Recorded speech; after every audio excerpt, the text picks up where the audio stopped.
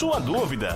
No quadro Esclarecendo Sua Dúvida de hoje, a gente conversa com o advogado Emílio Duarte, membro da Comissão Eleitoral do OAB Nacional. Doutor Emílio, prazer voltar a conversar com o senhor aqui no nosso programa. Boa tarde, Bassan. Prazer nosso mais uma vez participar do programa Pernambuco no Ar. A todos da Vitória e pela internet em qualquer lugar do planeta, mais uma satisfação. Estou aqui à sua disposição e dos seus ouvintes. Doutor Emílio, nós convidamos o senhor hoje para explicar melhor para a gente o que é prevaricação. Essa palavra tem sido muito usada na CPI da Covid e depois do depoimento dos irmãos Miranda, os senadores prestaram uma denúncia-crime contra o presidente Jair Bolsonaro no STF, afirmando que ele teria prevaricado. A gente poderia começar explicando o que é prevaricação? Na verdade, Bassan, prevaricação é um crime próprio, ou seja, só determinadas pessoas podem cometê-lo, não é? Que é um crime cometido por funcionário público, diz o Código Penal. Quando um funcionário público retarda ou deixa de praticar indevidamente ato de ofício ou praticá-lo contra a disposição expressa de lei para satisfazer interesse ou algum sentimento pessoal. No caso, o Código Penal prevê a pena de 3 meses a 1 ano de prisão e multa. Na verdade, o discurso que corre aí depois do depoimento daquela sessão, diria das mais tumultuadas que eu já acompanhei da CPI até o momento, uma sessão duradoura do deputado Luiz Miranda e seu irmão, que é um funcionário concursado efetivo do Ministério da Saúde em Brasília, não é? E pelas declarações de que o presidente teria sido alertado pelos dois, e em resposta teria dado que já sabia, inclusive, de que se tratava, etc.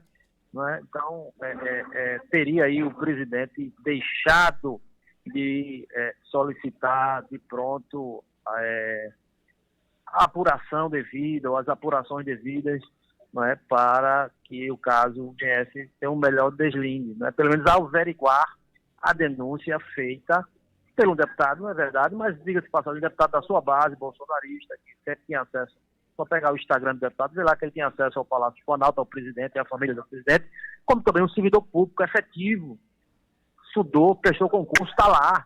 Então, a gente tem que entender, pelo menos, que o servidor é da União, paga o dele com nossos impostos e quer que o Ministério da Saúde, no mínimo, faça as coisas certas. Mas poderá também ter levantado algum falso testemunho, alguma coisa. Por isso que nada mais outra atuação e postura que a sociedade espera do seu presidente e esperou naquele momento e mandar apurar. São denúncias, todas elas precisam de as devidas apurações. 3 suspeitas ligadas a essa compra da Covaxin e a CPI está se debruçando sobre a matéria. Primeiro, o preço elevado, né? O preço acima das outras vendas por aí, não é? Então, a média por aí a produzida, por exemplo, a da Índia do Bharat Biotech tinha um preço estimado em 1,34, $1,34 por dose. O Ministério da Saúde concordou aí em pagar, por exemplo, $15 por unidade. É muita diferença, né? Então isso tem que ser apurado, quais foram as circunstâncias, etc. Né? E detalhe, sem aprovação. Segundo, a suposta pressão para acelerar o contrato, que aí é demonstrado nos apps, nas ligações, nos áudios, né? E suspeita de uma empresa ligada à intermediária. A empresa não é a mesma, mas os sócios são mesmo de uma empresa que forneceu o medicamento numa quantia X, Y lá no governo passado, não é? Governo Temer, governo interino, e recebeu o total e deixou de fornecer 20 milhões. Está sendo processada, inclusive o atual líder do governo, o deputado Ricardo Barros, é réu nessa investigação, virou réu numa ação de improbidade administrativa, que lá ele vai fazer toda a sua defesa, ser observado todo o devido processo legal, para depois ser sentenciado, ainda vai ter o direito de recorrer, enfim. Mas é, no mínimo, meio estranho. A empresa que estava intermediando esta negociação, não estou acusando nada, porque o meu papel não é de acusar. Tá? Eu não sou Ministério Público, meu papel é de defender. Mas, diante desses indícios, preço maior, excesso de pressão, sem aprovação, quem representa a empresa são sócios que já representaram outra empresa que estão com problema no próprio Ministério da Saúde. Então, já tiveram problema no país vizinho aqui, então era no mínimo de se esperar um pouco mais de cautela, né, no meu modo de sentir, respeitando aí quem pensa diferente. Nós estamos em plena democracia, mas era no mínimo uma postura de poder averiguar com mais detalhes, né, com mais minúcias, e colocar o jurídico a par, informar a Polícia Federal, enfim. Eram essas cautelas que a gente desejaria e deseja de qualquer presidente da República, independente de partido. Sim, sim. Doutor Emílio Duarte, o presidente Jair Bolsonaro disse ontem que não tem como saber tudo o que acontece nos ministérios. O STF deu um prazo de 48 horas para o presidente se manifestar a respeito. O que é que pode acontecer por exemplo, uma situação como essa é motivo para o impeachment, por exemplo? Não, na verdade, paralelamente isso, está sendo articulado para esta semana protocolar aquilo que estamos, os doutrinadores, operadores de direito, a sociedade e a imprensa está chamando de super, né, mega pedido de impeachment. Isso. Será assinado Pernambuco, por exemplo, com vários advogados do Brasil, né, enfim, vários doutrinadores, vários juristas estão, inclusive, entendendo que esta postura do presidente é um crime de responsabilidade, estão tentando enquadrar aí na lei do impeachment para colocar este assunto também, né, pediram aí o depoimento na íntegra gravação para fazer as devidas gravações da parte que interessar dos depoimentos dos irmãos Miranda, como ficaram conhecidos, deputado do seu irmão, tá? Para tentar colocar esse caso também no mega pedido, que não está fechado. Então, estão terminando para ser protocolado ainda esta semana, que eu acho que ele deve fazer um ato simbólico, deve chamar a imprensa, enfim, toda a imprensa vai ficar sabendo e noticiando. Né? Agora, lembrando que o presidente só pode ser processado após, né, nas ações penais, após o término do seu mandato. Né? Então, na verdade, o que há que se discutir aí é que se o presidente... eu já sinto uma melhora na posição política externa do presidente. Que antes ele sabia de tudo, ele mandava, tudo era ele, etc. Né? Lembro do ex-ministro general Pazuello, que agora nós ficamos conhecendo também a ex-mulher, né? Virou uma figura conhecida aí também, que quer se oferecer, está se oferecendo, inclusive, a depor na CPI. Então, o ministro Pazuello diz o seguinte: ele manda e eu obedeço. Era a posição do ministro de Estado da Saúde do lado do presidente. Como quem diz, o presidente é que manda e nós obedecemos. Mas hoje já é uma realidade diferente, mostra um pouco mais de maturidade do que é o dia a dia da administração pública, que não é bem assim. Realmente existem casos que o presidente não sabe de tudo. Ele citou o ministro Rogério Marinho, tem mais de 130 obras em andamento, etc. Então, é humanamente impossível que o gestor número 1, o presidente, assim como na sua cidade, aí o prefeito, na minha cidade, no estado, de saber de 100% daquilo que um funcionário está fazendo hoje. Quantos mil funcionários existem no Brasil? Não é assim? Mas mostrou-se que a primeira linha de que ele dizia que tudo era ele que mandava, tudo ele que comandava, também não era correto. Parece-me que esta posição dele atual é a que guarda mais similaridade com o que acontece no dia a dia. A gente tem experiência também na vida pública. Eu fui diretor de órgãos, secretário de Estado, secretário municipal, sei como funciona um pouco a máquina pública. Acho que essa posição dele atual é que guarda muita relação com a verdade. Não dá, efetivamente, para encerrar, né, e aqui encerrando a sua pergunta, de que não dá para o gestor saber 100% do que fazem seus funcionários abaixo dele.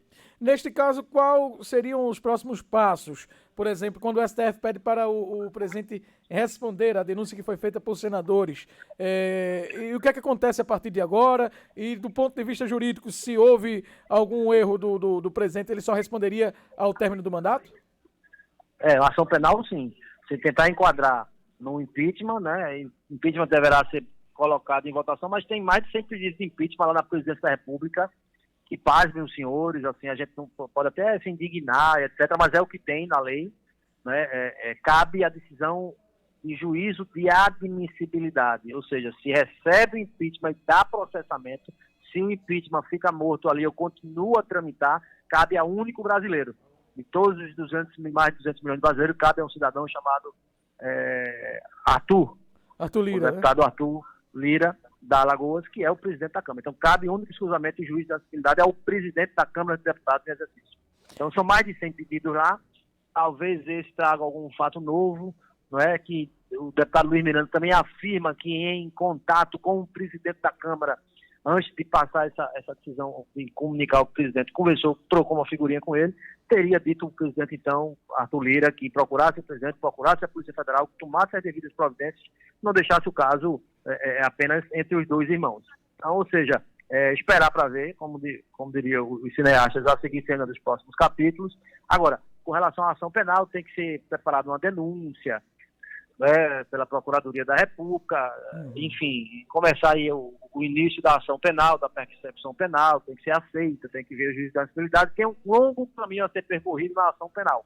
Sim, e na questão do impeachment, para encerrar, que é uma ação civil, administrativa política, né, com o juízo político da responsabilidade, poderá ainda, tem tempo, segundo os juristas que estão trabalhando na postura da ação, né, no fazimento, na fabricação da peça inicial, do pedido de impeachment, que ainda não está fechada, que há tempo de, se for o caso, incluir esses novos episódios do deputado Luiz Miranda e seu irmão num super pedido de impeachment, que eu espero que essa semana seja protocolado pelas expectativas aí que todos criaram. Já com relação ao irmão, o servidor público, o irmão do deputado Luiz Miranda, ele queixou-se no final de semana que bloquearam o acesso dele ao sistema do Ministério da Saúde. Isso pode ocorrer? Faz parte já do superior dele? Não, na verdade é o seguinte, por que bloquear? Ele é pago, é concursado, tem um salário para trabalhar. É o sistema interno administrativo. Quando eu fui secretário de Estado em 2018, a gente implementou na minha secretaria, estava fazendo isso em todo o Estado, é o sistema SEI, não é? É o dia a dia, sem o SEI você não assina a correspondência, não envia, não recebe, não tem como o servidor trabalhar sem o SEI. Então, por que é que, na verdade, na prática, será você vai ficar aí sem trabalhar? Sem um devido processo legal, sem um processo administrativo, porque ao contrário do que muita gente pensa, Bassano, e seus ouvintes aí, Pernambuco em pauta, a gente pensa que só tem um devido processo legal, as garantias no processo judicial. Não, no âmbito administrativo também há que ser observado essas questões. Ele teria que ser citado, teria que ter uma razão para isso e um prazo para que ele se defender. E a autoridade superior ele julgar.